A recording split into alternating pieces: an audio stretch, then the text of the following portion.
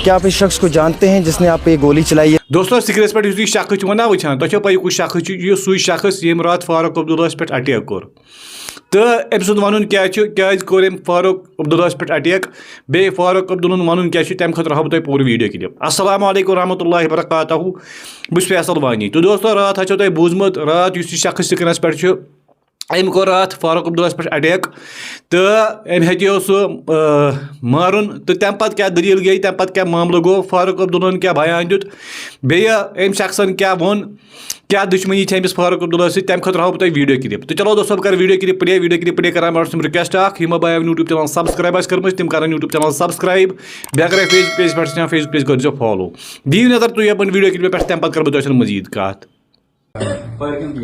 हाँ जी, मैं 20 साल से फारूक अब्दुल्ला को मारना चाहता था। किसको? फारूक अब्दुल्ला को।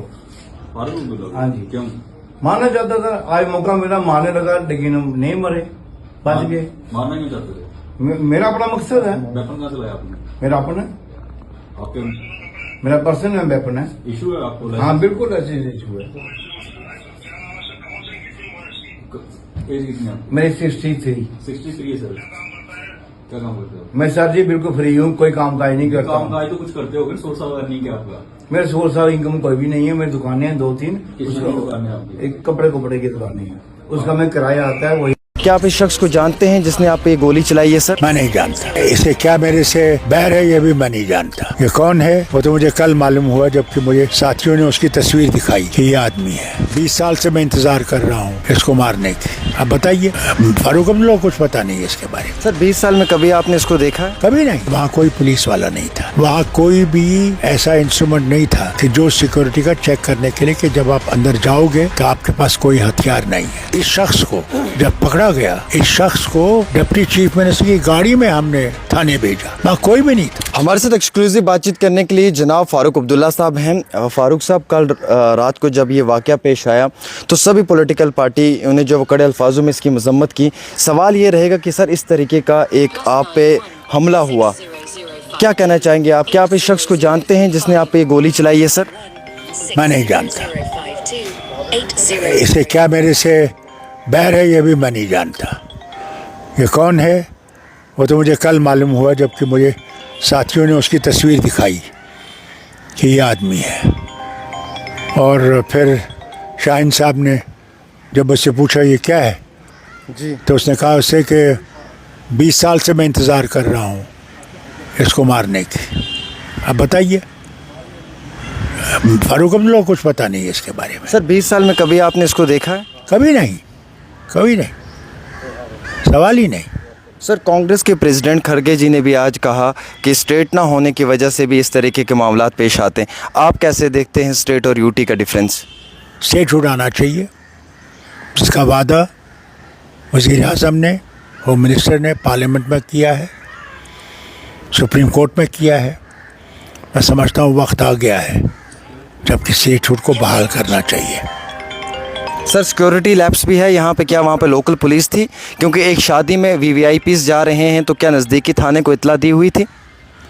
देखिए, इसके बारे में तो चौहान साहब ही कह सकते जिनकी बेटी की शादी थी, मगर वहाँ कोई पुलिस वाला नहीं था, वहाँ कोई भी ऐसा इंस्ट्रूमेंट नहीं था कि जो सिक्योरिटी का चेक करने के लिए कि जब आप अंदर जाओगे तो आपके पास कोई हथियार नहीं है।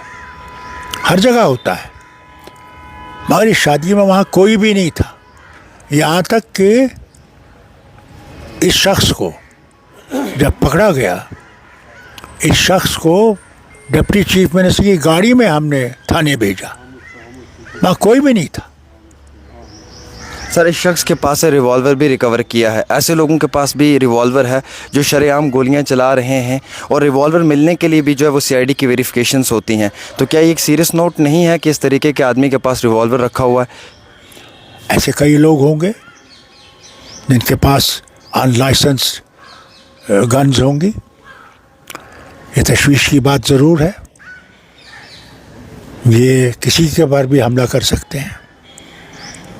और अफसोस इस बात का कि इस वतन में होना नहीं चाहिए, मगर एक नफ़रतों का जो माहौल हमारे वतन में पैदा किया है, उसकी मुसीबत तो ये भी है नहीं तो कोई मज़हब नफ़रत नहीं सिखाता है, नफ़रत नहीं सिखाता आपस में बैर रखना। हिंदी है, हम वतन है, हिंदुस्तान हमारा। ये तो इकबाल ने तब कहा था। हमें कई मज़हब हैं, कई कल्चर्स हैं। केरला को देख लीजिए, तमिलनाडु को देखिए, जम्मू कश्मीर को देख लीजिए, कितना फ़र्क है, मगर इकट्ठे कोशिश कर रहे हैं वतन को बनाने की। ये है। सर, इलेक्टेड गवर्नमेंट के पास क्या इतने इख्तियारात या पावर्स हैं कि इस तरीके के मामलात को लेकर वो भी कोई अपना एक्शन कर पाएँ, अपनी मुदाखलत का इजहार कर पाएँ? क्या इस समय, क्योंकि एलजी के पास पुलिस है और इलेक्टेड गवर्नमेंट जो है, क्या वो इस तरीके के इन स्टेप्स में अपना कोई रोल प्ले कर सकती है? वो तो अब देखिए, वो तो करेंगे, उन्हें किया है। होम मिनिस्टर से बात की है, होम मिनिस्टर से कहा है, यहाँ की पुलिस से कहा है, चीफ से, कि आपका फेलियर है, कहा है इन्होंने। मगर ताकत तो उसके पास है जिसके पास होनी नहीं चाहिए। ये इलेक्टेड गवर्नमेंट के पास ताकत होनी चाहिए। वक्त आ गया है कि आप स्टेट को रिस्टोर कीजिए यहाँ पे। सर, अभी तक भी स्टेट नहीं आया सर। माजी के कई सालों से इंतज़ार कर रहे हैं, थक चुके हैं लोग जम्मू कश्मीर के इंतज़ार में सर, लेकिन स्टेट नहीं मिल पा रहा है सर। इंशाल्लाह मुझे उम्मीद है इन्हें करना पड़ेगा। सर, एक आखिरी सवाल रहेगा, होम मिनिस्टर साहब से बात हुई आपकी, और अगरचे हुई तो क्या कहा उन्होंने? देखिए, अल्लाह का शुक्र है, उन्होंने मुझसे बात की और कहा कि साहब हमें अफसोस है ये हुआ है, मगर हम इसकी तहकीकात कर रहे हैं और आपको पूरी तहकीकात का हम बता देंगे आपको। मैंने उनका शुक्रिया किया। सर, कल से सोशल मीडिया पे कुछ यूज़र्स ने ये भी लिखना शुरू किया कि डॉक्टर फारूक अब्दुल्ला साहब जैसी एक बड़ी शख्सियत पे गोली चल सकती तो एक आम इंसान का क्या रुतबा रहा है, तो क्राइम कितना बढ़ चुका है इसका कोई अंदाज़ा नहीं लगा सकता है। क्राइम तो सारे वतन में बढ़ गया है, नफरतों ने क्राइम बढ़ा दिया है, वो तो हम देखते हैं रोज़। इसका एक ही तरीका है कि मरकज़ की हुकूमत को एक नया बाब शुरू करना पड़ेगा कि मज़हब में मोहब्बत पैदा करें। क्या फ़ायदा हमें कि हम दुनिया की तीसरी पावर बने जब हम में नफ़रतें होंगी। सबसे पहले पावर बनने से पहले हमें अपने लोगों को इकट्ठा करना है, हमें अपने लोगों में नफ़रतें दूर करनी है, मोहब्बत पैदा करनी है। वही है हिंदुस्तान। हिंदुस्तान गहवार है मोहब्बतों का, नफ़रतों का गहवार नहीं है। बहुत बहुत शुक्रिया। हमारे साथ डॉक्टर फारूक अब्दुल्ला साहब थे जिन्होंने एक्सक्लूसिव इंटरव्यू में कुछ ढेर सारे बयानात दिए हैं। आप इनके ऊपर अपनी राय ज़रूर दे सकते हैं। तो दोस्तों, वीडियो की पास तुम वुचम क्या वन तो बाकी ये वीडियो कर ज़्यादा शेयर बिहू रब्बस हवाल। अस्सलाम वालेकुम, खुदा हाफिज़।